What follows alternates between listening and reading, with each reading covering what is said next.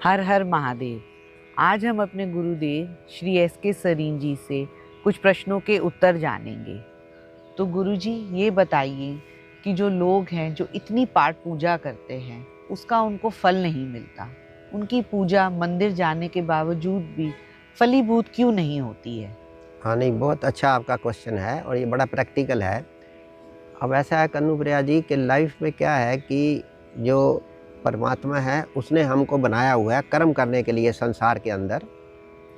और अब हमें ऐसे कर्म करने हैं, सात्विक कर्म, मंदिर में जाके भी और घर के पूजा स्थान पे भी या चलते फिरते भी, कि जो हम अपने आप को लिंक कर सकें परमात्मा के साथ। अपना जो हमारा अंदर घट का आकाश है, हमारी चेतना है, ये जो बोल रही है आत्मा, इसका लिंक बने परमात्मा से।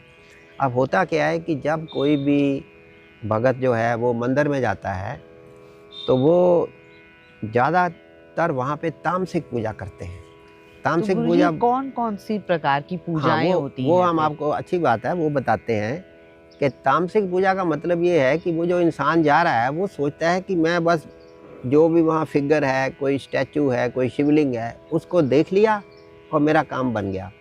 या मैंने वहाँ से थाली ले ली, उसमें सामान पड़ा हुआ है हमारे प्रभु का, उसमें नारियल वगैरह पड़े हुए हैं और वो वहाँ पे जाके चढ़ा दिया, पंडित जी को दे दिया, तो मेरा काम हो गया, बड़े अच्छे दर्शन हो गए। वो ऐसा सोचता है, लेकिन वो दर्शन तो घाट काश में कुछ गया ही नहीं उसका। तो क्यों नहीं गया? क्योंकि हमें पहले समझना पड़ेगा कि जो भी प्राणी जा रहा है उसको परमात्मा के दर पे जाने से पहले, या वो दर घर में हो, या वो किसी धाम पे हो, या किसी मंदिर में हो, या किसी कॉन्फ्रेंस में हो, जब वो दर पे पहुंच गया परमात्मा के, तो उसने अपने अंदर के परमात्मा की जो शक्तियों को जगाना पड़ेगा उसको अंदर। तो वो कैसे जगाए अपने हाँ, अंदर? उसके लिए जगह बताते हैं। पहले आपका क्वेश्चन ये था कि तामसिक और सात्विक पूजा कैसे पूजा, वो करें? आपको बताते हैं, क्योंकि अगर वो समझ आ जाएगी इंसान को तो उसको प्रभु कृपा अवश्य मिलेगी, क्योंकि प्रभु ने देना ही देना है और हमने लेना ही लेना है, हमारा हक है। अब अक्सर क्या होता है, जब हम वहाँ गए तो हर इंसान सोचता है कि मैं कोशिश करूँ परमात्मा को, पहले एक रिवाज बना हुआ है घंटी मारो। हमारे बुजुर्गों ने मंदिर में, घर में घंटी मारते हैं लोग। तो घंटी मारने का मतलब परमात्मा को जगाना नहीं है। घंटी मारने का मतलब है कि अपने आप को जगाना है, अपने उठो, अपना जो अंदर का तत्व है हमारा, जो ये बोल रहा है आत्मा राम जी, उठो भाई उठो, परमात्मा आने वाला है। घंटी इसके लिए है, उसके लिए नहीं है, पहली बात ये। दूसरा, जैसे हम दिया जलाते हैं, अब दिया जब परमात्मा को दिखाने के लिए थोड़ी जगाना है, ये तामसिक पूजा है। अपने अंतस के दिए को जगाने के लिए कि ये मेरा दिया अंदर है, मैं जागृत हूँ, अब मैं परमात्मा से प्यार करूँगा या करूँगी। तो दिया भी परमात्मा के लिए नहीं जगाना, अपने चित्त को जगाने के लिए जगाना है। क्योंकि इतने बड़े सूरज देखो, सारे ब्रह्मांड में कोई दिए की वैल्यू है? कोई वैल्यू नहीं है। परमात्मा को हमारे दिए की जरूरत नहीं है। ये तामसिक में आ जाएगा, सात्विक में नहीं आएगा। हाँ, अगर वो इंसान ने अंतस अपना जागृत कर लिया, फिर जैसे ही वो दिया जलेगा उसको लगेगा मेरा अंतस का दिया जल गया, तभी वो दिया जलाते हैं। जो हमारे बुजुर्ग थे, जो हमारे ऋषि मुनि थे, उन्होंने इंसान से कर्मकांड इसलिए कराया कि उनको आदत पड़ जाए कि शंख बजाओ। अब शंख नहीं है तो हाथ से शंख बजाओ, या वैसे शंख बजाओ, या घंटी मारो। इसका मतलब था कि जागृत, हमारे जितने बॉडी के शरीर हैं, इसमें इतने सारे प्राण हैं, हमारे कीटाणु हैं, सारे सबको जागृत हो जाओ, उठो जगो, परमात्मा के घर आ गए हम। तो गुरुजी इसीलिए हमें अपने मंदिर में भी रोज दिया जलाना चाहिए। जलाएं तो अच्छी बात है, क्योंकि लेकिन उससे पहले भी, जैसे आपको बता रहा हूँ, कि हम सात्विक समझ के जलाएं, कि परमात्मा के लिए नहीं, अपनी जागृत के लिए। कौन सी चीज़ जागृत करनी है? अपने प्राण, अपने सारे चक्र, अपने सारे जो हमारे कीटाणु हैं, बॉडी के जर्म्स हैं, उनको जागृत करेंगे ना, परमात्मा के सामने पहुंच गए। जैसे आप देखो, कई लोग परमात्मा के ऊपर पानी चढ़ाते हैं। हाँ जी गुरुजी, कई लोग परमात्मा पर जाकर शिवलिंग पर दूध भी चढ़ाते हैं, शहद चढ़ाते हैं। हाँ, दूध भी चढ़ाते हैं, शहद भी चढ़ाते हैं, ये अपनी अपनी श्रद्धा है। लेकिन अब क्वेश्चन ये आएगा कि चढ़ाने का हक किसको है? नहीं तो तामसिक और सात्विक आपको बता रहा हूँ। हाँ जी। तो जो इंसान अंतस से जागृत नहीं है, फर्टाइल नहीं है अंदर, अंतस उसका घटकाश जगा नहीं हुआ, वो दूध चढ़ाए, पानी चढ़ाए, शहद चढ़ाए, नारियल चढ़ाए, कुछ भी चढ़ा दे, प्रभु को थोड़ी ज़रूरत है उसकी, उसका उनको कोई फायदा नहीं मिलता, उसका उसको फायदा नहीं मिलने वाला। हमें अंदर का नहा के, जब नहा के आना है तो अंदर हमारा जो गंदी बातें हैं, जो नेगेटिव एनर्जीज हैं, जो नकारात्मकता है अंदर, उसको मिटाना है। अंदर सफाई करनी है अपनी गंदी आदतों की, काम क्रोध लोभ मोह अहंकार, इनको धोना है।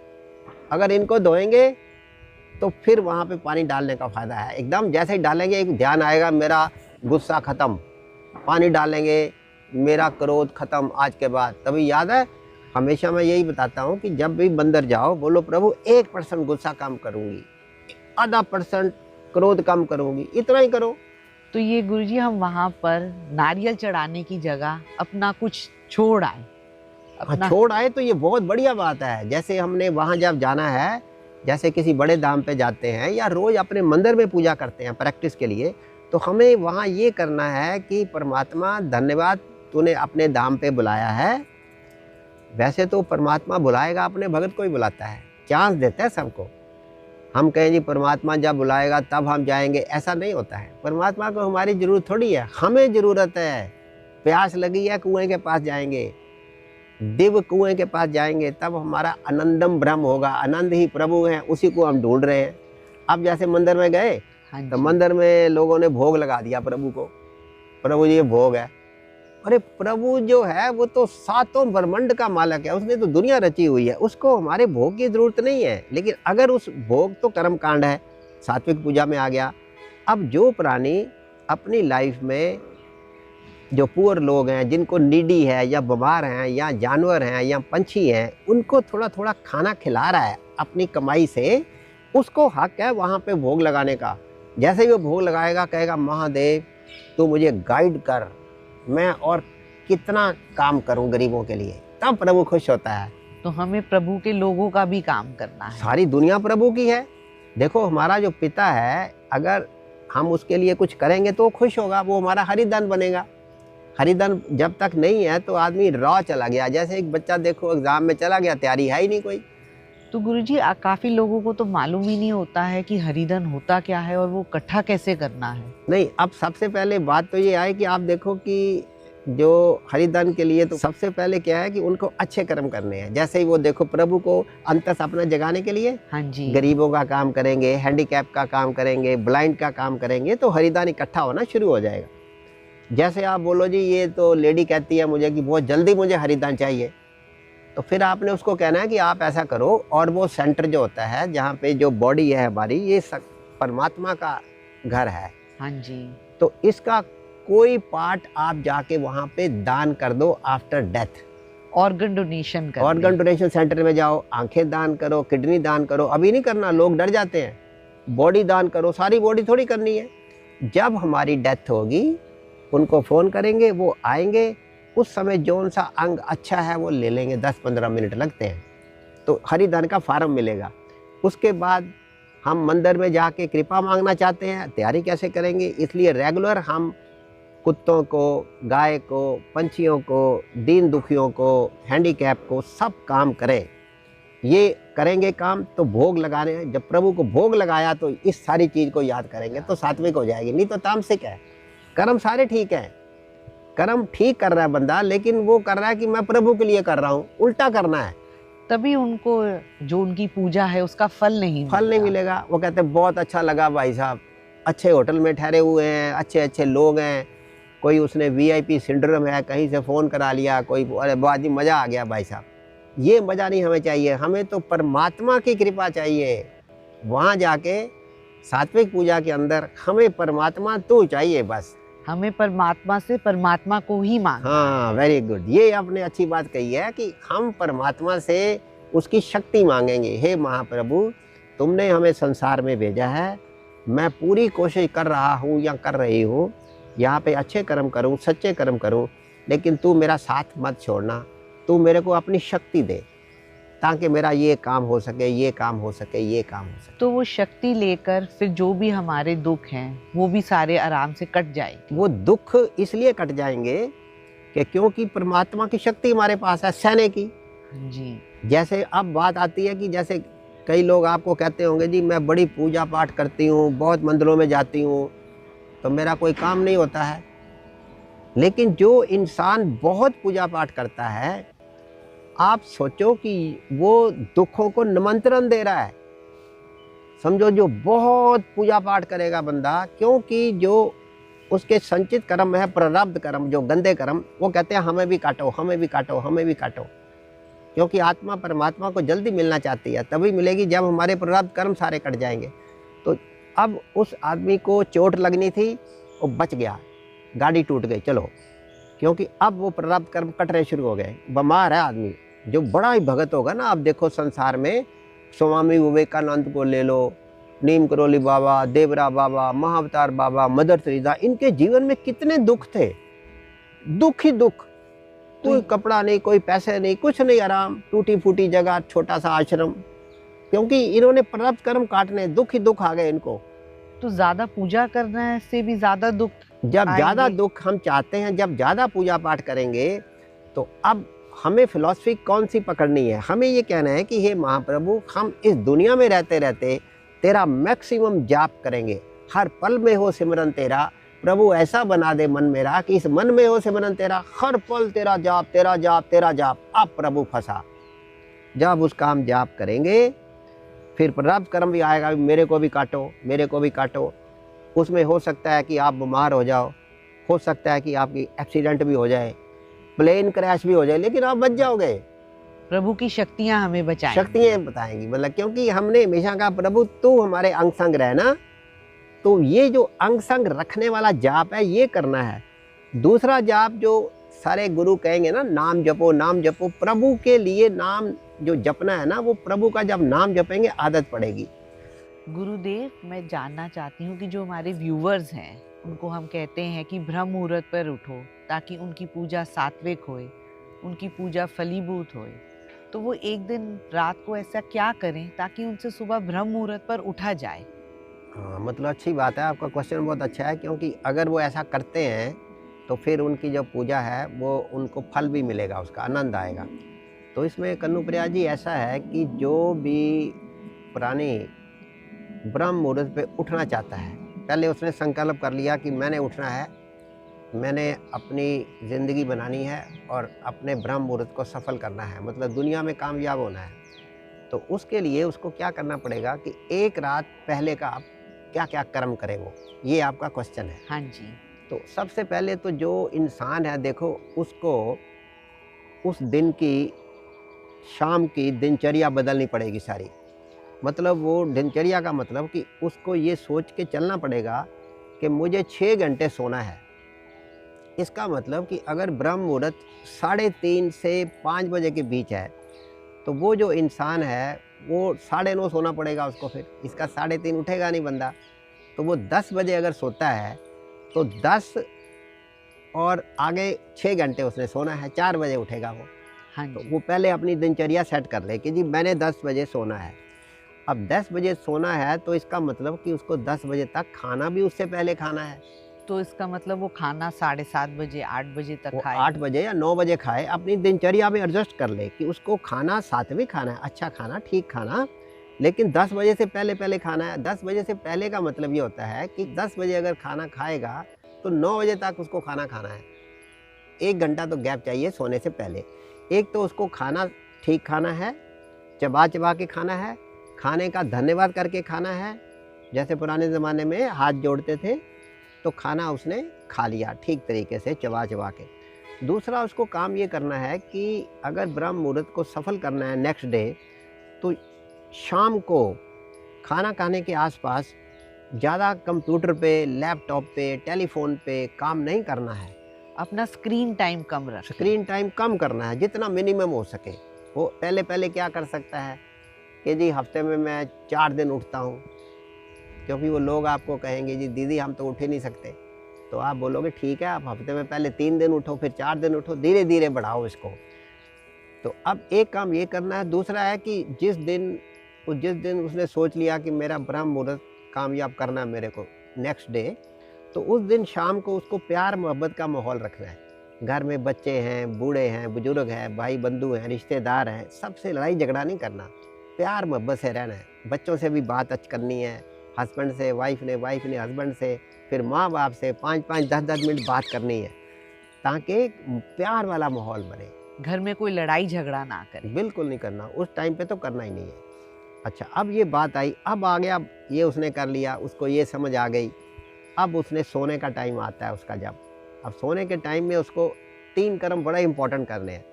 पहला कर्म तो उसको ये करना है कि जहाँ उसने नेक्स्ट डे सुबह जाके कारपेट पे बेड से उठा, हाँ जी। कारपेट पे बैठ के पूजा करनी है, दरी पे करनी है, नॉर्थ ईस्ट घर के कॉर्नर में करनी है, उस जगह को जाके नमस्कार करेगा, भाव बनाना है। गुरुजी, हम मंदिर में भी बैठकर अपनी कहीं भी पूजा बैठ कर सकते सकते हैं। आप मंदिर में बैठो, आप अपने बेडरूम के कॉर्नर में कहीं बैठो। परमात्मा तो सर्वव्यापक है, सर्वशक्तिमान है, कण कण में शिव तू समायो, हर जगह शिव प्रभु है हमारा। तो कहीं भी बैठ के कर सकते हैं, लेकिन उस जगह में भावना बनानी है कि कारपेट को देखा भी यहाँ आके मैं कल पूजा करूँगा, तो भावना बन गई। अच्छा, अब भावना के साथ साथ प्रभु कहता है भाव का भूखा हूँ मैं, भाविक सार, भाव से जो मुझे बुझे होए भाव से पार। तो बैलेंस शीट दिखाओ।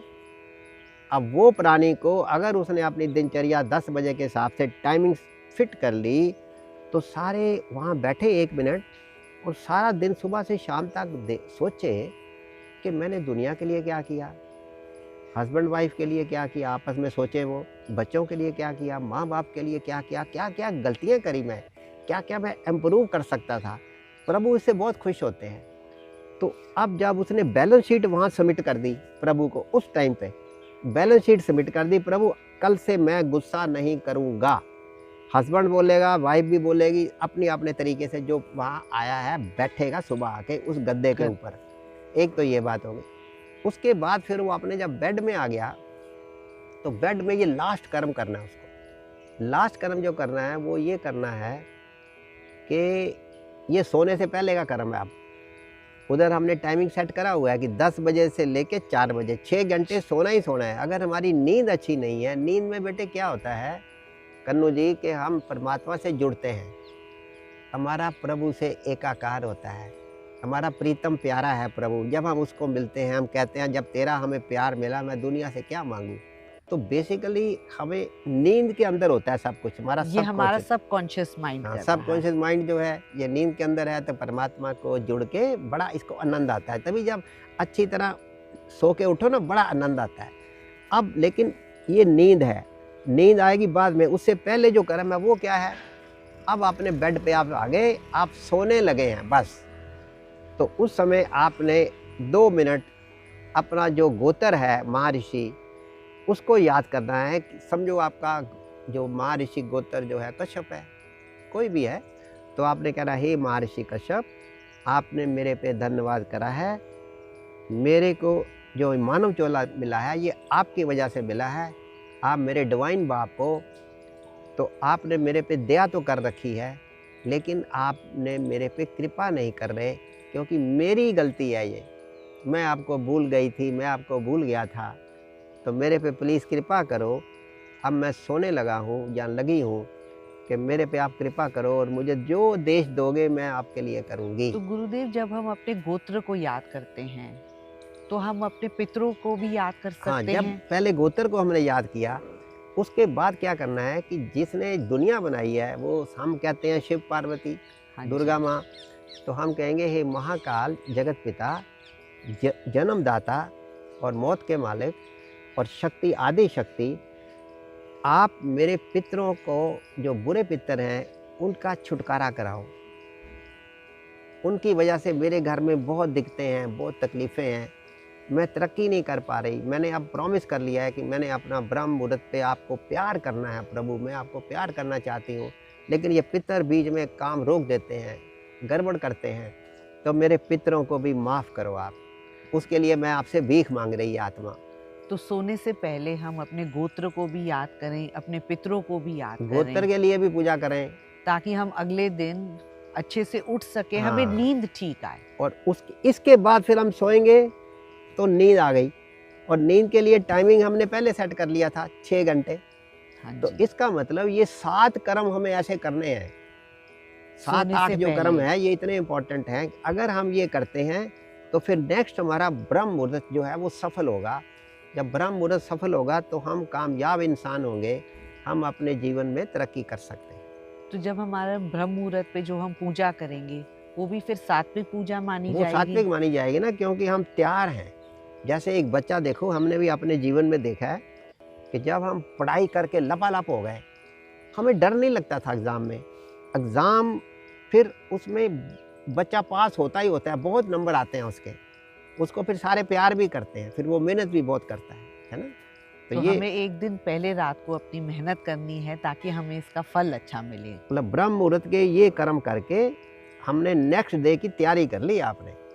तो गुरुदेव, अब हमारा रात को क्या क्या हमने करना है, हम सो गए, तो जब हम सुबह उठें 3:15 और 5 बजे के बीच में, तो हमें तब उठकर क्या क्या कर्म करनी चाहिए? हाँ, ये आपका अच्छा क्वेश्चन है कन्नुप्रिया जी। क्या है कि जब सुबह हम उठें, आपका क्वेश्चन ये है कि हम कौन से कर्म करें सुबह उठ के कि हमारा ब्रह्म मुहूर्त सफल हो, ये आपका क्वेश्चन है। हमारी जो भी पूजा है वो सारी तभी फलीभूत वो होगी। तभी सात्विक होगी, जो हम पहले आप बता रहे थे, जो कि मंदिर में जाएंगे, पूजा करेंगे, परमात्मा कैसे हमारे साथ लिंक करेगा। तो उसके लिए सुबह हमारा ब्रह्म मुहूर्त कामयाब करना है। जैसे आपको पहले बताया था कि ब्रह्म मुहूर्त की तैयारी के लिए जो 7-8 कर्म करने हैं, हमें नींद भी अच्छी आएगी। नींद क्यों अच्छी आएगी कि हम परमात्मा की बात कर रहे हैं, हम परमात्मा के जहाज पे चढ़ गए हैं, हम परमात्मा के नाम की रस्सी पकड़ लिया हमने, तो बहुत गहरी सुंदर नींद आएगी, फिर हम उठेंगे। अब जब हम जगे, अगर हम जगेंगे तो प्रभु हमें उठा देगा, प्रभु हमारा ध्यान रखेगा। प्रभु ध्यान रखेगा। क्योंकि ब्रह्म मुहूर्त क्या है, ब्रह्म मुहूर्त में देवीय शक्तियाँ, रूहानियत की शक्तियाँ, परमात्मा की शक्तियाँ हमें इंतज़ार करती हैं कि बच्चे तो उठ, क्योंकि वो जगा हुआ है ब्रह्म, हमारा परमात्मा जगा हुआ है उस टाइम पे। ब्रह्म मुहूर्त के टाइम पे टोटल शांति है। तो अगर हमने हिम्मत करी, प्रॉमिस कर लिया था पहले, सुबह जग गए, अगर हम जगेंगे प्रभु हमें उठा देगा। अगर हम उठ गए, उठ गया मैं, तो प्रभु मुझे बिठा देगा उस गद्दे पे जाके। जब हम बैठ गए तो प्रभु मुझे दौड़ा देगा। अगर मैं दौड़ने लगा तो प्रभु 2+2+10 कर देगा। अगर हम थोड़ा सा करेंगे तो थोड़ा सा, प्रभु भी हमारी पूरी मदद करेंगे। हाँ, अगर हम एक करेंगे प्रभु 5-7 जोड़ के छिक्का मारेगा। It's like this. ठीक है, तो परमात्मा तो मदद करने के लिए तैयार बैठा है। तो सबसे पहले हम उठे, हमने हिम्मत करी, हम उठ गए और सबसे पहले अपने हाथों को देखा। सबसे पहले हमें ग्रेटिट्यूड करना, पहला कर्म प्रभु का ग्रेटिट्यूड। हे प्रभु मेरे परमेश्वर, मैं ठीक ठाक हूँ, मुझे अच्छी नींद आई आपकी कृपा से, और मेरे श्वास चल रहा है, मैं अभी ज़िंदा हूँ। इसका मतलब आपने मुझे आज एक नया जीवन दिया है। आपका बहुत बहुत धन्यवाद। आज मैं, आपने नया जीवन जो दिया है, अब मैं आत्मा, मेरा शरीर दोनों मिलके सारा दिन बहुत अच्छा कर्म कर लेंगे, ये हमारी इच्छा है। तो सुबह उठ के सबसे पहले हमें प्रभु का शुक्राना करना है, प्रभु का शुक्राना करेंगे। अब उसमें ये है कि हाथों में, जैसे कई लोगों को आप बता सकते हो, कराग्रे वस्ते लक्ष्मी, कर मदे सरस्वती, कर मूले तू गोविंद, प्रभातम कर दर्शनम, ऐसे करके। ये पहले, सबसे पहले भी हाथ है, इन्होंने कर्म करना है, तो इसका धन्यवाद किया। उसके बाद क्या हुआ कि प्रभु का धन्यवाद कर दिया, फिर आके उठ के, जैसे मैंने पहले बताया था, ब्रह्म मुहूर्त को सफल बनाने के कर्म, उसमें वो दरी पे, गद्दे पे, कारपेट पे जाके बैठ गए। प्रभु ने बैठा दिया आपको, जैसे पहले कहा जगह तो प्रभु बैठाएगा। अब वहाँ जाके हम बैठेंगे, तो फिर हम ब्रह्म मुहूर्त को सफल कैसे करेंगे। हमें याद रखना है कि हम जो भी प्राणी हैं, जैसे घर में फैमिली है, ये सोलमेट्स हैं सारे। और वेद ग्रंथ कहते हैं कि एक आत्मा के 30 सोलमेट क्लोज होते हैं और 30 थोड़े से डिस्टेंस वाले होते हैं। हम सारी दुनिया को नहीं जानते, देखो इतनी सारी बिल्डिंगें हम नहीं जानते किसी को, लेकिन जो सोलमेट्स हैं उन्हीं के आसपास हम घूमते रहते हैं। जैसे आपके भाई बंधु, माता पिता, चाचा चाची, ताया ताई, ये सब सोलमेट्स हैं। अब हम सबसे पहले जो बैठेंगे, तो अपने कारपेट पे बैठ गए। अब हमने अपने जो सोलमेट्स हैं अच्छे वाले, और जो हमारे गुरु लोग हैं, या जिनको हम गुरु मानते हैं, या जिनको लाइफ में मिला है, हम या देखा है, या डिवाइन सोल्स, एंजल्स, उन सबको बुलाएंगे। इसको कहते हैं आत्मा को बुलाएंगे। दूसरा कर्म है आत्म गुरु, आत्म गुरु, आत्म श्री, आत्म प्रभु आओ, प्रभु आओ प्रभु। आतम श्री आतम गुरु आओ गुरु, मैंने तुम्हें बुलाया है, घट में खुद बुलाया है। तो आत्मा को बुलाया हमने। तो ये गुरुदेव जो ये सारी सोल्स होती हैं, ये हमारी फ्रेंडली सोल्स, ये फ्रेंडली सोल हैं, प्यार करने वाली सोल हैं, दिव्य सोल हैं। जैसे जो भी किसी महान गुरु की आत्मा को बुलाओगे वो तो हमेशा आशीर्वाद देने के लिए तैयार रहती है, क्योंकि हम सब कोई संसार में बचेगा नहीं। जैसे देखो हमारे भगवान भी नहीं बचते। जैसे भगवान का मतलब कि रामचंद्र जी अपना मंदिर भी नहीं बचा सके, कृष्ण भगवान जी मथुरा का टेम्पल नहीं बचा सके। जब ये लोग नहीं बचा सके तो हम क्या चीज़ है, हमें ये नहीं सोचना। लेकिन ये अब जो है ये एंजल्स बन गए हैं, ये हमें कृपा देने के लिए तैयार बैठे हैं। इनकी आत्मा को बुलाना है हमने। हमारे श्री भगवान है, ये सतगुरु हमारा एक है निरंकार, लेकिन ये श्री भगवान है। राम जी की बुलाएंगे, कृष्ण जी की बुलाएंगे, सबकी आत्माओं को बुलाएंगे, या जिनको हमारे गुरु हैं उनको बुलाएंगे। सब अपने अपने गुरुओं को बुला सकता है। तो वो जब आत्मा आएगी, हमारी आत्मा बलचस्वी बन जाएगी, बलवान बन जाएगी। अब आत्मा मेरी बलवान बन गई, ये दूसरा कर्म। तीसरा कर्म है मुझे प्रत्याहार करना है। हम सीधा बैठ गए आराम से, पीठ हमारी सीधी है। प्रत्याहार का मतलब 10वें द्वार से, ये ब्रुक्ति द्वार, अंदर जाना है। हमें अपना अंतस्करण शुद्ध करना है। अंतस शुद्ध करेंगे। जैसे पहले बताया कि अगर हमारा अंतस शुद्ध नहीं है तो कुछ नहीं होना संसार के अंदर। तभी नॉर्मल जो इंसान है जीवन में वो ज़्यादा ना तरक्की नहीं करते। जैसे हमने देखा, हम आर्किटेक्चर में थे, बहुत सारे बच्चे कोटा खुट्टा मार लेते हैं, लेकिन कुछ बनता नहीं उनकी लाइफ का। जैसे हमारे कॉलेज में मैं एक ही था, बाकी तो सारे को नौकरी वोकरी कर रहे थे, वक्त कुछ नहीं होता नहीं है। क्योंकि अंदर घुसो, प्रारब्ध कर्म फूट गया आपका। अंतस में अंदर देखोगे, पहले फोकस बनाओगे, अंधेरा दिखेगा, कुछ नहीं दिखने वाला अंदर। लेकिन कोई बात नहीं, प्रभु मैं अंदर देखना चाहती हूँ, मुझे दिखाओ, मैं अपने सेल्फ में आना चाहती हूँ। जैसे हम मेडिटेशन करते हैं, ये मेडिटेशन ही है। ये मेडिटेशन जो है ये सात्विक स्पिरिचुअल डायरेक्ट मेडिटेशन है। I want to see my self, I want to see my soul. Gurudev ये भी कहते हैं ना कि मेडिटेशन करके हम अपने माइंड को भी कंट्रोल में ला सकते हैं। माइंड तो डरता है बहुत। अब जैसे ही हम प्रत्याहार करने अंदर जाएंगे, माइंड भाग जाएगा। हमें माइंड से लड़ना नहीं है। माइंड को कोई दुनिया में जीत नहीं सकता, हमें जीतना भी नहीं है। हमें माइंड से हटना सीखना है, हटना। तो माइंड बहुत डरता है मेडिटेशन से। जैसे ही हम परमात्मा की तरफ जाते हैं, माइंड भाग जाता है। माइंड चंचल है, चपल है, हमारा दोस्त भी है, दुश्मन भी है। लेकिन अब माइंड के जाल में जो हम फंसे हुए हैं वो गड़बड़ है। हमें उससे छूटने के लिए अपनी अंतस के दिए को जगाना है और खुद ही उसमें जलना है। ये बहुत ज़रूरी है। जब तक वो दिया नहीं जलेगा, हमारा अंतःकरण जो है वो विषैला है, उसमें नकारात्मक एनर्जियाँ हैं, हम अपने प्रीतम को प्यार नहीं कर सकते। तो हमने दूसरा काम किया, प्रत्याहार। आंखें बंद करके अंदर घुस गए। जितनी देर, 5 मिनट लगा लो, 10 मिनट लगा लो, प्रैक्टिस शुरू करो इसकी। ये तीसरा कर्म प्रत्याहार। अब चौथा कर्म फिर आएगा कि हमें कुछ क्रियाएं करनी है, डिवाइन क्रियाएं। कुछ डिवाइन क्रियाएं करनी है। एक आध मंत्र बोलना है जिस धर्म के हम हैं, और फिर एक छोटा सा विराग करना प्रभु का। ये है चौथा कर्म। तो डिवाइन जो क्रियाएं हैं, तो गुरुजी कोई ऐसी 5 क्रियाएं बता दीजिए। हाँ वो मैं डिवाइन क्रियाएं ही आपको बता रहा था कि डिवाइन क्रियाएं कौन सी हैं। कि ये एक पुतला परमात्मा ने दिया है, 5 भूत का पुतला बनाया है ना, प्रभु ने बना रखा है। तो हमने सबसे पहले देखो, ये जो हमारा ये कान है, कान की ये क्रिया करनी है। ओ, ये लंबी क्रिया करनी है यहाँ पे। इससे क्या होगा, जितनी कान की प्रॉब्लम है वो भी ठीक हो जाएंगी, पर आप हमारे कान गर्म हो जाएंगे। गर्म होने के बाद फिर ये ओ। तो गुरुजी शुरू में 1-1 मिनट के लिए करें। 1-1 मिनट कर लो, 2-2 मिनट कर लो, जितना मजा आए। कानों को करा, देखो ये इंद्रिय है मेन, इनको कर रहा हूँ, ये ध्यान रखना। नॉर्मल क्रिया नहीं है ये। कान की करी, नाक की नाम नाम नाम नाम, लंबा करा नाक। इसी तरह जो आंखें हैं,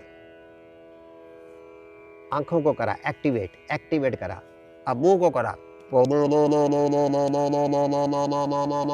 ये मुंह को करा।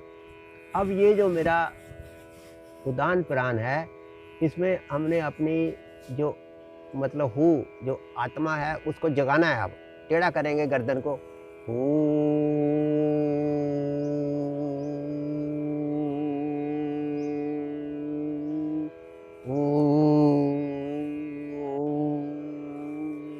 अब क्या करा इसमें 5 डिवाइन क्रियाएं करी जिससे अपना सारा माइंड तंत्र एक्टिवेट करा। क्या? आंखें, नाक, मुंह, कान और थायराइड ग्रंथि पूरी, ये सारा ब्रेन एक्टिवेट हो गया मेरा। जब तक ये एक्टिवेट नहीं है हम परमात्मा को प्यार कैसे करेंगे? हमें मंत्र भी नहीं याद होंगे, विराग भी नहीं कर सकते हम। तो 5 ये करने हैं। समझ आ गई आपको? तो सबसे छोटा मंत्र कौन सा बता सकते हैं व्यूअर्स छोटा को? मंत्र देखो, आप जो जिस धर्म के भी हैं, कोई भी मंत्र सबको आता होता है। फिर भी जैसे हमारे हम शिव जी की बात कर रहे हैं, ओम ह्रीं शिवाय नमः, ओम ह्रीं शिवाय नमः। ओम नमः शिवाय भी बीज मंत्र है, लेकिन थोड़ा अलग अलग करो, अलग अलग करो। तो जी ओम ह्रीं शिवाय नमः है, ये हमारा एक बीज मंत्र है। ये छोटा मंत्र है। बीज मंत्र तो ओम नमो शिवाय है, पासवर्ड है बोले शंकर का। तो हम पहले ये अपने ब्रह्म मुहूर्त पर बैठकर ये मंत्र कितनी देर के लिए जाप करें? ये आप मंत्र को आप 11 बार करो। आपको हर चीज़ का नियम बनाना है। जैसे ओम ह्रीं शिवाय नमः, ओम ह्रीं शिवाय नमः, ओम ह्रीं शिवाय नमः, ओम ह्रीं शिवाय नमः। विराग में डूबते जाना है। मंत्र मन का तराता है पर आत्मा की खुराक है, इसलिए आत्मा जब मंत्र बोलती है आत्मा को बहुत अच्छा लगता है। तो जैसे जैसे ये हम मंत्र जाप करते जाएंगे हम धीरे धीरे इसको बढ़ा भी सकते हैं। हाँ, बढ़ाना है ना बाद में, पहले तो प्रैक्टिस करेंगे। अब इसमें था 5 क्रियाएं करी, दिव्य क्रियाएं, हाँ जी। एक मंत्र जपा, उसके बाद फिर विराग करना प्रभु का। जिस प्रभु को भी आप प्यार करते हैं, एक विराग आपको पूरा करना पड़ेगा, 1.5-2 मिनट 3 मिनट का, कोई भी करो विराग। कि हम अपने किस इष्ट देवता पे विराग बनाएं? हम जो आप कहते हो जी कृष्ण पे बनाओ, आप कहते हो जी आप शिव पे बनाओ, आप बताओ। तो हम शिव जी पे बनाते हैं। चलो शिव जी पे बनाएंगे, बड़ा सिंपल है। हर हर महादेव, हरि ओम महादेव, हर हर महादेव, हरि ओम महादेव, प्यारे महादेव, न्यारे महादेव, तुझ में महादेव, मुझ में महादेव, कन कन महादेव, रम रम महादेव, अजर महादेव, अमर महादेव, प्यारे महादेव, न्यारे महादेव, है भी महादेव, थे भी महादेव, हर हर महादेव, हरि ओम महादेव, हर हर महादेव। तो लंबा इसको जितना बनाना है आपको बनाना है। ये विराग ये होता है। एक है कि हम पढ़ लेते हैं हर हर महादेव, ये हम अपने अंतस्करण से प्रभु का अंतःकरण नाम से। लें। विराग सबसे बड़ी खुराक है आत्मा की। नहीं तो हमारा मन भी खुश रहता है, टीवी देख लेता है, मोबाइल देखता है, शरीर को भी खाना मिल गया, आत्मा भूखी रहती है। आत्मा ठीक रहेगी तो उसके लिए आत्म खुराक है ये। जैसे हम कहते हैं हरि नमो नमाय, हरि नमो नमाय, हरि नमो नमाय, तो आत्मा खुश होती है। अभी 5वां जो है नंबर, फिर एक कर्म करना पड़ेगा। फिर हम तैयार हैं, हमने 4 बजे उठे हैं, हमने 1.5 घंटे का प्रोग्राम रखना है। फिर हम अनुलोम विलोम करेंगे। फिर हम ये सांस लिया, सांस छोड़ा, फिर कपाल भारती करेंगे 500 या 1000 स्ट्रोक। जैसे हम अभी भी 1000 स्ट्रोक मारते हैं, तो लोग 100 मारे, 200 मारे। हाँ जी गुरुजी, शुरू में लोगों को 100 से शुरुआत कर सकते हाँ, हैं। कहीं भी करें तो उनको फिर अनुलोम विलोम करना है और ये करना है। और 5 डिवाइन योगिक क्रियाएं हैं वो करनी है। योगिक क्रियाएं का मतलब देखो, हम यहाँ से समझाते हैं। पहले ऐसे घुमाने हाथ, हाँ जी। पहले ओम, पहला करा, मेरी स्पाइन ठीक हो गई। इससे गुरुजी पोस्चर भी हमारा ठीक रहेगा। और दूसरा, मेरी गर्दन जो दुख रही है वो ठीक करनी मुझे। ओम ओम ओम, ये गर्दन ठीक हो गई। मतलब लंबा करना है, 15-15 बार, ठीक है। उसके बाद जो ये मेरे बोडे हैं, यहाँ बोन मैरो बनता है, खून बनता है, इसको सीधा करके 1 2 3 4 5, ये भी ठीक कर लिया मैंने। अब सारी बॉडी का खून मेरा एनाबॉलिज्म, कैटाबॉलिज्म, मेटाबॉलिज्म ठीक कैसे करेंगे? 1 2 3 4 5, ये भी 10 बार कर लिया। हाँ जी। तो ये 4 मैंने योगिक एक्सरसाइज करी, अनुलोम विलोम करा, कपाल भारती। तो ये कर्म 5 मेरे पूरे हो गए। इसके बाद ये ख़त्म मेरा शो।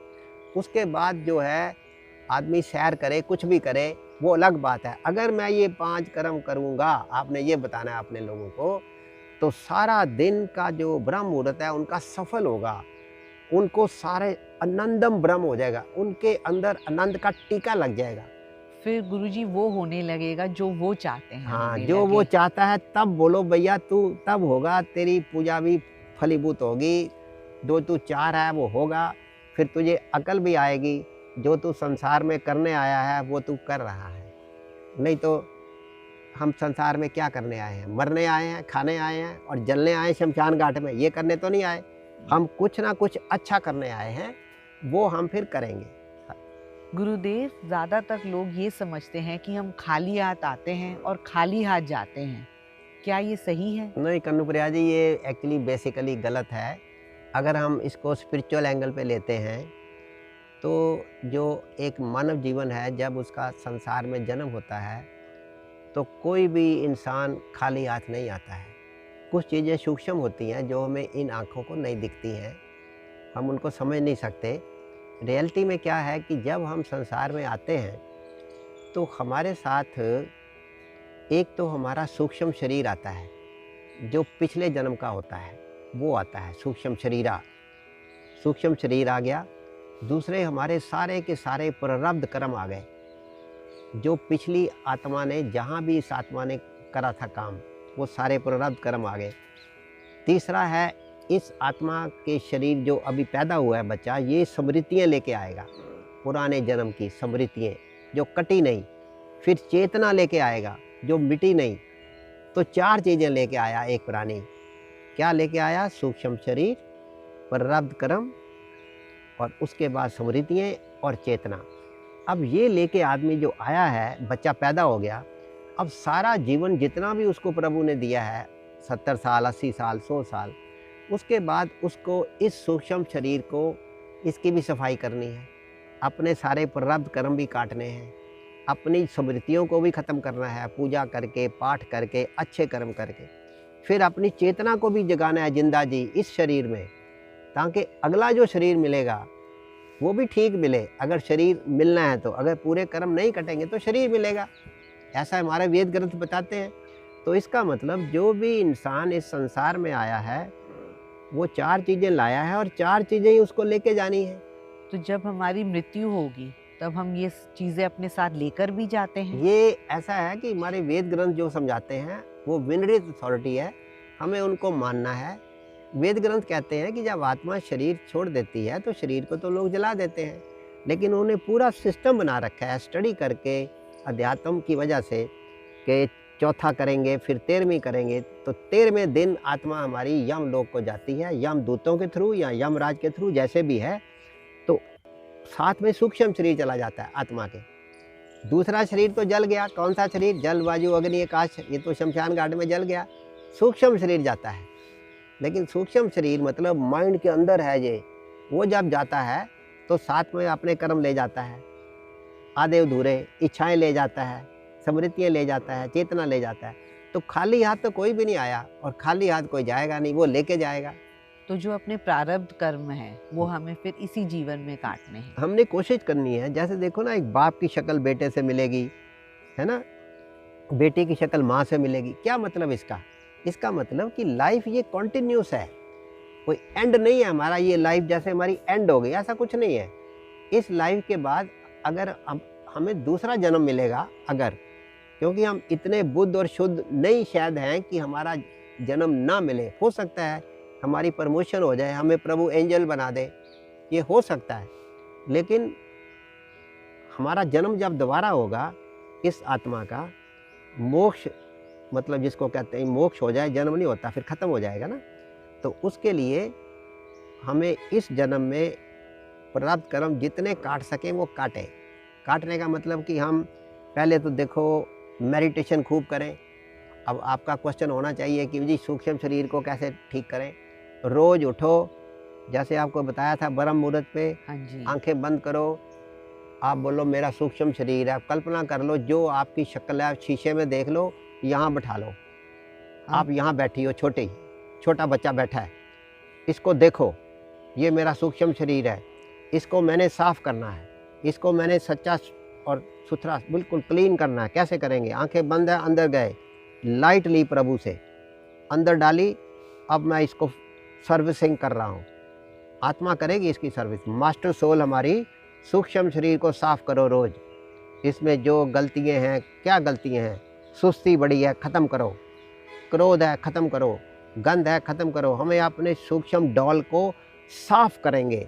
तो ये हम जो है ये हम ब्रह्म मुहूर्त पर उठकर मेडिटेशन कर सकते हैं। ब्रह्म मुहूर्त पे भी कर सकते हैं या स्पेशल भी कर सकते हैं। जितना आदमी, देखो आप जैसे पहले बताया था कि अगर हम ज़्यादा पूजा पाठ करेंगे हमें ज़्यादा दुख आएंगे। ज़्यादा दुख आएंगे कि वो कहेंगे ये जो प्राणी है ये हमें काट सकता है, तो दुख सारे अट्रैक्ट होंगे हमारी तरफ। लेकिन हमारे में शक्ति इतनी होगी, हमारा काम हो जाएगा। जैसे फ्लाइट कैंसिल हुई, बच गए, हेलीकॉप्टर गिरा, माधवराव का बच गए। तो ये फिर परमात्मा गुरु मिला देगा प्रभु। जैसे गुरु, वो तो आप बीती जग बीती बता रहे हैं ना हम। जैसे देखो हमें लाइफ में, नहीं तो हम तो आर्किटेक्ट थे, है ना, तो हमें उन्होंने मदर टेरेसा मिला दी, हमें नीम करोली बाबा मिला दिया, हमें नाकामुरा जैसे लोग मिला दिए, फिर हमें ये देवरा बाबा मिला दिया, फिर महाअवतार बाबा को हमने भक्ति से ज़बरदस्ती जिद करके प्रकट कर लिया। तो क्या हुआ ये? इसका मतलब दुनिया में रहते रहते यही मदर टेरेसा की फिलॉसफी थी, सेवा भक्ति करो। यहाँ तो अब उतनी सेवा हम नहीं कर सकते, इसलिए हमने सोचा सेवा को देखें, इससे प्रेरणा लेके भक्ति करें। लेकिन भक्ति हर पल में करनी है प्रभु की, हर टाइम प्रभु का सिमरन करना हाँ, है। मतलब जो भी काम आपने करना है, अगर समझो हम आर्किटेक्ट हैं तो हम नक्शा बनाएंगे ऐसा कि प्रभु मेरा खुश हो जाए, या आप ऐसी ज्वेलरी बनाओगे कि प्रभु मेरा खुश हो जाए, तो प्रभु को लाना हर जगह, तो सूक्ष्म शरीर हमारा ठीक होगा। इसी तरह प्रारब्ध कर्म कटेंगे, हिम्मत करके डरना नहीं, खूब ध्यान लगाना प्रभु का। प्रभु अगर मेरी कोई गलती है तो उसको आप हटाओ, मेरे को शक्ति दो, मैं उसको सहन कर लूँ। जैसे बच्चा बात नहीं मानता, बेटी बात नहीं मानती, तो शक्ति मांगो प्रभु से, प्रारब्ध कटेगा। ये जो प्रारब्ध कर्म है ये प्रभु की शक्ति से ही कटेगी। शक्ति से ही कट सकते हैं, बस प्रभु ही इसको कटवा सकते हैं। और कहते हैं बेटे कर्म योनि में है तू, कर्म कर। हाँ जी, कर्म करेंगे, फिर दान करो, पुण्य करो। इसीलिए हमने पहले डेस्टिट्यूट होम बनाए, ओल्ड होम बनाए, हैंडीकैप की फैक्ट्री लगाई, मदर टेरेसा की गाइडेंस में। तो गुरुदेव ये हम ये करें कि हम लोगों के लिए भी, जो प्रभु के लोग हैं उनके लिए भी कुछ अच्छा काम करें, उनकी भी सेवा करें। नहीं, वो तो हरिधन बढ़ेगा ना, वो करेंगे तभी भावना बनेगी। देखो उनके लिए तो करना ही पड़ेगा ना। वो हम कैसे भी करें अपने सामर्थ्य के अनुसार। हर इंसान को वो नहीं करना जो दूसरा कर रहा है, हमारा जो समर्थ है हम उसमें करेंगे। अगर हमारा समर्थ कम है तो हम चिड़ियों को रोटी खिलाएंगे, हम कुत्ते को खिलाएंगे, हम गाय को खिलाएंगे। हमारा समर्थ बड़ा नहीं है, सबको ओल्ड होम थोड़ी बनाने हैं। लेकिन जितना हमारा समर्थ है उसके हिसाब से अगर हम करेंगे फिर हमारा काम बनेगा। और साथ ही हमें अपनी ये जब करेंगे हमारी चेतना भी जगेगी। चेतना मतलब हमारा अंदर जुगनू जग जाएगा, अंदर हमारी हर रोज दिवाली बनेगी। अंदर जो हमारी आत्मा है उसको खुराक मिलेगी, वो तृप्त हो जाएगी। इसमें आत्मा बोल उठेगी, प्रेम मगन मन होवे मेरा, ये जीवन हो जावे तेरा। मतलब प्रभु के हमने बन जाना है दुनिया में रहते रहते। देखो हमें साधु संत नहीं बनना। क्यों बने? हम तो अपने ऊपर लागू करते हैं। साधु संत क्यों बने? हम प्रभु को प्यार करते हैं, प्रभु को नहीं छोड़ेंगे। लेकिन अब उसके लिए कुर्बानियाँ जो करनी है वो आपको पता है, वो कुर्बानियाँ करनी पड़ती हैं। जैसे बहुत सारी चीज़ों को डिसऑन करना पड़ता है, तब होता है। दूसरा, आपको स्मृतियाँ भी ख़त्म करनी है। वो कैसे ख़त्म करेंगे हम? स्मृतियाँ ऐसा है कि सपोज करो आपको कोई ऐसी स्मृति आ रही है कि कभी आपने अपनी बहन से झगड़ा किया था, या कभी आपने अपने बाप को, माँ को गाली दे दी, या कभी बच्चा इस जन्म में उसको आता है कि आपने अपनी माँ को डंडा मार दिया। अब वो सारा दिन सोचता है, बाद में जब अकल आ रही, यार जब मैं 12वीं क्लास में पढ़ता था मैंने अपनी माँ को डंडा मार दिया था या सिर में पत्थर मार दिया था। तो ये स्मृति फिट हो गई। अब इसका निर्जना उसको करना पड़ेगा। ये हमारे बात माइंड में बैठ जाती है, ये मन इसको अट्रैक्ट कर लेता है। तो हम क्या करेंगे, हम इसके लिए हम मन को बोलेंगे, देख मन, तूने मेरे थ्रू माँ को चोट पहुंचाई है, अब मैं तेरे को पेनल्टी लगाती हूँ। चल रोज हफ्ते में 2 बार माँ के चरणों का पानी पी, 1 गिलास पीना पड़ेगा, इसको पेनल्टी लग गई। अब अगर ये पी लेगा वो स्मृति मिट जाएगी। मगर गुरुजी ये तो लोगों से करना बड़ा मुश्किल होएगा। हमारी ड्यूटी है, जैसे हम कर सकते हैं लोग भी करें। हमें सारे चंडीगढ़ में, अमेरिका में, सब जगह लोग कहते थे कि इतना कुछ कैसे करोगे, तो हम तो कर रहे हैं ना। हमें 10,000 मंत्र याद आए अपने ऋग्वेद का, तो कैसे हो गया? तो इससे हमारी ये जो स्मृतियां हैं ये खत्म हो सकती हमें जब इस जन्म की ये स्मृतियाँ जो हैं, ये इधर क्या होता है कि पीछे जन्म में बड़ी स्मृति जो छोटी हुई, इस जन्म में वो करवाता है पहले प्रारब्ध कर्म कि माँ को मार, या कभी कभी अपने बाप से झगड़ा करके उसको, जैसे ओल्ड होम लोग भेज देते हैं ना बच्चों को ओल्ड होम, तो जिसने ओल्ड होम माँ बाप को भेजा, जब उसको अकल आती है ना, वो कहता मैंने बड़ी गलती करी, मेरे माँ बाप ओल्ड होम में, मैं इतना अमीर आदमी हूँ, फिर उसको उसका पश्चाताप करना है। तो तभी हमारी चेतना जगेगी। तभी चेतना जगेगी, फिर हम चेतन अवस्था में हो जाएंगे, हम रिद्धिवान अच्छे से सच्चे बनेंगे। हमें अच्छे से सच्चे बनना है ताकि मौत से पहले हमारा जो सूक्ष्म शरीर भी थोड़ा साफ हो जाए, हमारे प्रारब्ध कर्म जितने हो सकें कट जाएं प्रभु की कृपा से, उसके बाद स्मृतियाँ भी मिट जाएं और उसके बाद चेतना हमारी जागृत हो जाए, तो हम जो है मतलब हमारा जो मालिक है, जब उसके घर की तरफ प्रस्थान करें तो बिल्कुल सुंदर आत्मा के रूप में जाएं। ये हमारा इच्छा होनी चाहिए।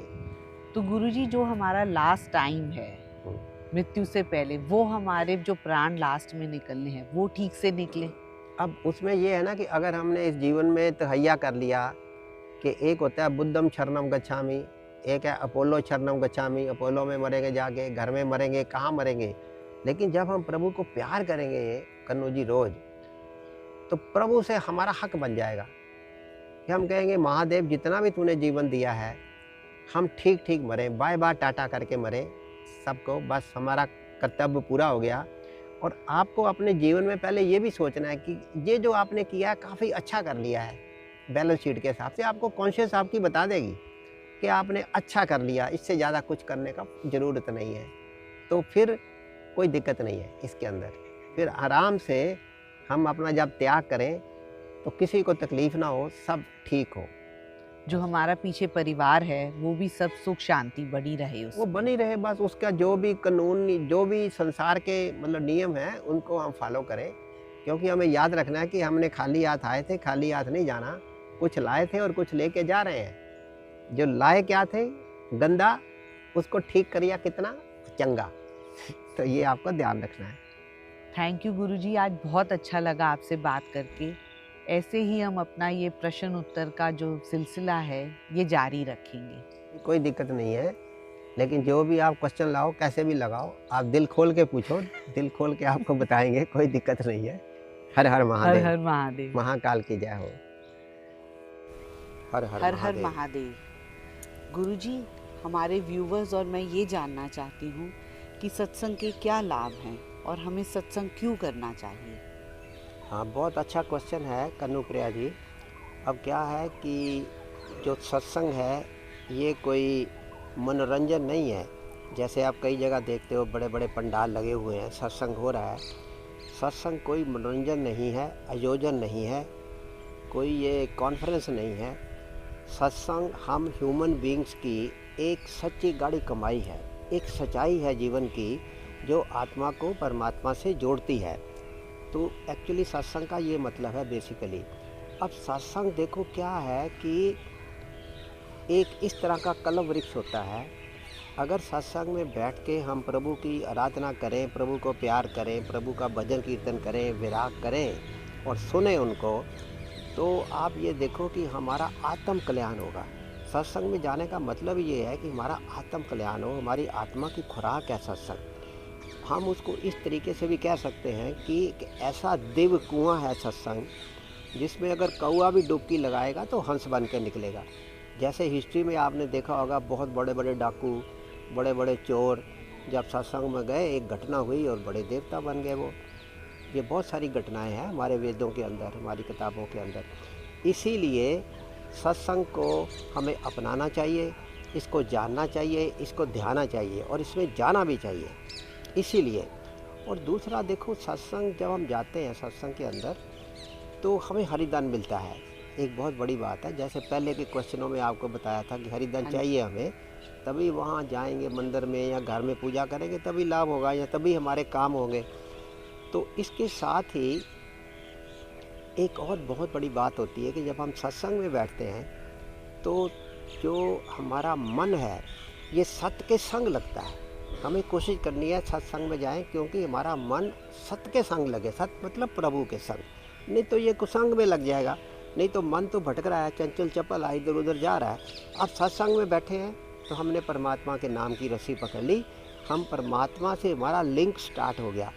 तो सत्संग का मतलब ही ये है, उसमें यही वेद ग्रंथ समझाते हैं कि बाहर क्या जपियो अंदर जपियो नाम। सत्संग में बैठ के आपने आंखें बंद करनी है, पूरा जो प्रवक्ता बोल रहा है उसको समझना है कि मैं प्रभु से कैसे जुड़ूं। ये तो मोटा मोटा सत्संग की बात हो गई।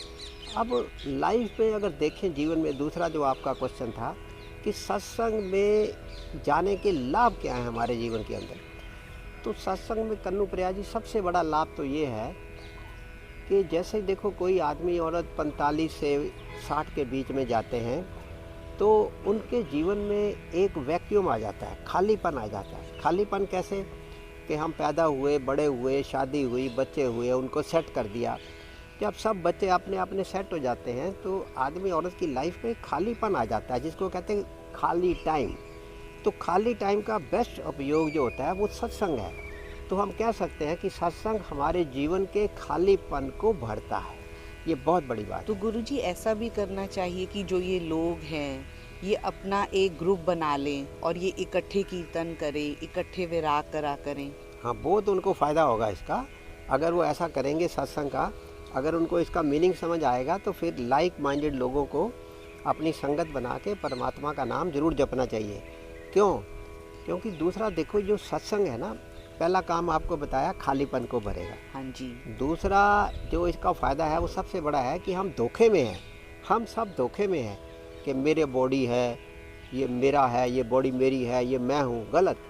मैं एक आत्मा हूँ, मैं ज्योति बिंदु हूँ, मैं प्रकाश क्षेत्र हूँ, मैं परमात्मा का अंश हूँ, मैं बॉडी नहीं हूँ, ये मेरी बॉडी है। इसको समझाता है सत्संग। जब हम सत्य के संग लगते हैं सत्संग में जाके, वो हमें समझाता है भैया धोखे में मत रहना, तुम आत्मा हो, ये जो तुम्हारा शरीर है ये थोड़े टाइम के लिए आपको मिला है, अपने कर्मों को ठीक करने के लिए, अपने सूक्ष्म शरीर को साफ करने के लिए, स्मृतियों को ख़त्म करने के लिए और चेतना को जगाने के लिए। तो दूसरा फ़ायदा क्या हुआ कि ये हमें धोखे से बाहर निकालता है। देखो कितनी बड़ी बात है। जो हम इस संसार में आए हैं ये सोच के कि ये शरीर ही सब कुछ है। हाँ, ये गलत है ना, शरीर सब कुछ नहीं है। वही सारी बात सत्संग हमें समझाता है। जो भी प्रवक्ता होता है, गुरुजी होते हैं या साधु संत होते हैं, वो सत्संग के थ्रू ही बताते हैं कि हे मानव, ये चोला तुझे कुछ टाइम के लिए मिला है, इसको वेस्ट मत करना। तो तीसरा बात जो बड़ी ही इम्पोर्टेंट है वो ये है कि देखो, हम बद्रीनाथ जाते हैं, केदारनाथ जाते हैं, यमुनोत्री जाते हैं, गंगोत्री जाते हैं या मानसरोवर जाते हैं, ये सारी पवित्र यात्राएं हैं। लेकिन सबसे पवित्र यात्रा है आत्म यात्रा। आत्म यात्रा कैसे करेंगे? सत्संग के थ्रू। जब सत्संग में जाएंगे तो आत्म यात्रा करेंगे, तब आत्म कल्याण होगा। इसका मतलब तीसरा सबसे बड़ा लाभ इसका ये है कि सत्संग सबसे पवित्र तीर्थ है, अगर इसको उस एंगल से हम देखते हैं। इससे गुरुजी हमें अपने आप में बैठने की, मेडिटेशन करने की आदत भी पड़ेगी। हाँ, आदत पड़ेगी और बहुत अच्छा हो जाएगा। वही इसमें जैसे हम बता रहे हैं, 3 फ़ायदे ये हो गए और चौथा फ़ायदा इसका ये हो गया कि जब सत्संग होता है, जब हम उस पर रेगुलर जाते हैं, जगह जगह जाते हैं, अच्छे सत्संगों में जाते हैं, तो जीवन में ना एक समर्पण का भाव आता है कि मैंने दुनिया के लिए भी कुछ करना है, अपने लोगों के लिए भी कुछ करना है, समर्पण करना है। जरना आता है बंदे को, बंदा संतोषी बन जाता है, उसमें सहनशीलता आ जाती है। मतलब सत्संग के थ्रू हमारे अंदर मानव गुण जागते हैं। ये बहुत बड़ी घटना होती है। तो एक समर्पण का भाव आता है, जिससे क्या होता है कि हमारा जो कर्म है ना, वो आनंदमय हो जाता है। कोई भी हम काम करेंगे हमें मज़ा आएगा, कर्म बंधेगा नहीं तो कर्म हमारे बंध जाते हैं, हम गलती पे गलती करते हैं। तो सत्संग हमें इससे बचाता है। चौथा नंबर ये है। तो पांचवा नंबर ये आता है कि सत्संग जो होता है इससे नाम का धन कमाने का सबसे बड़ा साधन है। अब हरि नाम, प्रभु नाम, विष्णु नाम, जिसको भी आप मानते हैं या आपके दर्शक मानते हैं, वो उस प्रभु का नाम जब जपेंगे सत्संग में जाके लोगों के साथ, तो उनका अंदर हरिदान बनेगा, उनका अंदर जागृति आएगी, अंदर उनका उजाला होगा जो हम करने आए हैं संसार में। क्योंकि हमें अंदर दिया जलाना है अपना और खुद उसमें जलना जाके। इसलिए जब सत्संग में जाएंगे हरिदान भी बनेगा और नाम, हरि नाम का जो धन है उसका भी खजाना अंदर भरता रहेगा। और उसके बाद फिर एक बहुत देखो इम्पोर्टेंट बात है कि जब हम सत्संग में जाते हैं बार बार जाते हैं, तो सत्संग बहुत बड़ा काम करता है हमारे जीवन के अंदर। जो हमारा ये माइंड है ना, ये चंचल चपल है, हमारा शत्रु भी है, दोस्त भी है।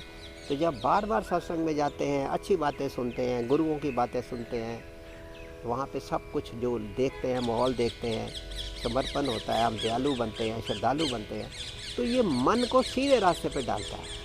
सबसे बड़ी बात ये है, मन हमारा इधर उधर भटकेगा नहीं। क्योंकि अगर हम सत्संग के संयोग से, इसके योग से आप कह सकते हो, मन को भी साध सकते हैं। तो मन को अगर हमने साध लिया तो हमारा तो काम बहुत अच्छा बन गया। क्योंकि मन के हारे हार है, मन के जीते जीत, मन चंगा तो कटौती में गंगा। तो मन को चंगा कौन करता है? सत्संग। तो इसलिए आपने अपने सारे दर्शकों को कहना है, और हम भी समझाते हैं कि भैया सत्संग में ज़रूर जाओ। सत्संग कोई फालतू चीज़ नहीं है, सत्संग में बहुत फ़ायदे हैं। इससे आपके जीवन का जो खाली वक्त है वो पूर्ण होगा। दूसरा है आपका मन शुद्ध हो जाएगा, आपके कर्म अच्छे हो जाएंगे, आपको जो लाइफ में धोखा है, भलेखा है, वो ख़त्म हो जाएगा कि आप आत्मा नहीं हो, और आपके जितने भी कर्म हैं वो मतलब आनंदमय हो जाएंगे और आपको चिमड़ेंगे नहीं, इकट्ठे नहीं होंगे। तो इसलिए हमें सत्संग में जाना चाहिए, और सत्संग के बहुत सारे लाभ हैं जो आपको हमने बताए हैं। और गुरुजी हमारा इससे फिर हरिधन भी इकट्ठा हो हरिदान भी इकट्ठा हो जाएगा, जो मेन काम हम करने आए हैं। गुरुजी एक प्रश्न का और उत्तर दीजिए। व्यूवर्स और हम लोग ये सब जानना चाहते हैं कि भगवान है क्या? ऐसा है, ये बहुत एक जनरल क्वेश्चन है, बड़ा लेकिन सीरियस है। भगवान जैसे लोग सोचते हैं कि भगवान जैसे कोई दाढ़ी मूछ वाला आदमी है, या कोई देवता है जो उस पर सोने के मुकुट लगे हुए हैं, कपड़े बढ़िया डाले हुए हैं, या भगवान की कहीं कोई नगरी है या कुछ है ना। लोगों ने अलग अलग उसके खंड बना रखे हैं कि ये स्वर्ग लोक है, ये पाताल लोक, ये वो सारे लोग बना रखे हैं। लेकिन हमें ध्यान से समझना है कि भगवान का नाम ही भगवान है। पहले तो ये समझो कैसे। आप देखो, भगवान, बा का मतलब क्या है? भूमि। वाह का मतलब है पृथ्वी। पृथ्वी माता हमारी, इसको देखो, निहारो, इसको कितने पेड़ पौधे, घास, फल फूल, सब्जियाँ, ये सारा भगवान दिख रहा है हमको, है ना। वी आर एबल टू सी प्रभु। तो भगवान हम देख रहे हैं। सारी धरती पे देखो, जीव जंतु, हम मानव, कितना कुछ प्रभु ने बना दिया। ये भगवान की चमत्कारी लीला ही है। जो भूमि माँ भी भगवान ही है, ये भी भगवान का हिस्सा ही है। तो पहला जो अक्षर भगवान हम बोलते हैं जी, भगवान को नमस्ते करो, तो पहला भगवान हो गया भूमि। देखो, जिसमें सारी सृष्टि खड़ी है। फिर भूमि की शक्ल देखो, इसको अभी साइंस ने देखा है ऊपर से, तो गोल दिखती है। एक्चुअली तो टेढ़ी मेढ़ी है। कितने कंट्री जुड़ के भूमि बनती है, पर समुंदर और भूमि, पृथ्वी मिल के गोल दिखती है ऊपर से। तो बड़ी अद्भुत लीला है ये। क्योंकि देखो, पृथ्वी के ऊपर चींटी भी है, हाथी भी है, शेर भी है, गिदड़ भी है, मानव भी है, दानव भी है, सब है। अच्छे लोग भी हैं, बुरे लोग भी हैं, तरह तरह के फल हैं, तरह तरह की सब्जियां हैं। पृथ्वी माँ तो हद है। मतलब इसने ऐसा रचा हुआ है, मीठा पानी देती है हमें, सारा कुछ उगता है, वनस्पति है जो मानव को चाहिए। तो पृथ्वी का ये बहुत बड़ा एक रोल है। तो पहला है भा, इसका मतलब पृथ्वी, हमें इसकी पूजा करनी चाहिए, पृथ्वी को प्यार करना चाहिए। दूसरा है गा, गा का मतलब है गगन। अब हम कभी कभी ऊपर देखें, ऐसे आसमान को देखें, उसमें सूरज है, चांद है, तरह तरह के तारे हैं, गगन, पूरा हमारा ब्रह्मांड जो है उसको हमें दिखता है कि जैसे कहीं ख़त्म हो रहा है, लेकिन ये ख़त्म नहीं हो रहा है। ये तो इनफाइनाइट है। गगन को हमने देखना है, और गगन को जब हम देखते हैं तो हमें परमात्मा की याद वैसे ही आती है। गुरुजी तभी ऐसे होता है कि कभी हमारा मन बहुत उदास होता है तो हमारे ऑटोमेटिकली सर हम कहते ऊपर की हे तरफ जा रहा भगवान, है, हे हम भगवान, ऊपर ही देखते हम हैं। ऐसे देते। तो हम हमेशा ऊपर देखते हैं कि जैसे भगवान शायद ऊपर है। भगवान तो कन कन में समाया हुआ है, कन कन में शिव तू समायो, जित देखूं तित तू ही तू, ऊपर तू, नीचे तू, ताल में तू, पताल में तू, धरती तू, सब तू ही तू, है ना। प्रभु को हमें ये देखना है। तो अब ये हो गया गगन हमारा, गगन हमारा प्रभु है। देखो इसमें कितने पंछी उड़ रहे हैं, चांद है, तारे है, सब आपको बताया, तरह तरह के ग्रह हैं, कितनी गैलेक्सीज हैं। फिर साइंस जब चांद पे जाती है, क्या क्या देख रहे हैं, देखो गगन है सारा ये। तो उसके बाद वा आता है, वा का मतलब वायु। अब वायु देखो, हम वायु, पत्ते हिलते हैं, कितने अच्छे लगते हैं मानव को। वायु हमारे अंदर भी है, बाहर भी है, जैसे पृथ्वी हमारे अंदर भी है, बाहर भी है, हर चीज़। गगन हमारे अंदर भी है, घाट आकाश बाहर भी है, जैसे आपको बताया। अब वायु हमारे अंदर भी है, बाहर भी है। तो वायु को हमें निहारना है। हमें गर्मियों में गर्म वायु मिलती है, सर्दियों में सर्द वायु मिलती है, फिर हम उनको गैजेट से ठंडा गर्म कर लेते हैं। लेकिन वायु जब चलती है तो सारा संसार इसमें जीवित रहता है। वायु जीवनी है एक्चुअली। तो ये भी एक भगवान है, वायु भी। तो हमारे अंदर भी वायु और बाहर भी वायु। उसके बाद आता है आ भगवान। आ जो आता है वो अग्नि है। अब अग्नि आप देखो, हम अग्नि, जैसे हमारे अंदर भी अग्नि है, जो पेट हमारा खाना खाते हैं उसको अग्नि सब पे चाहते हैं ना, अंदर भी हमारा अग्नि तत्व है, हम अग्नि तत्व से बने हैं। और हमारे घर में, किचन में, हर जगह भी अग्नि है, जो आग लगती है।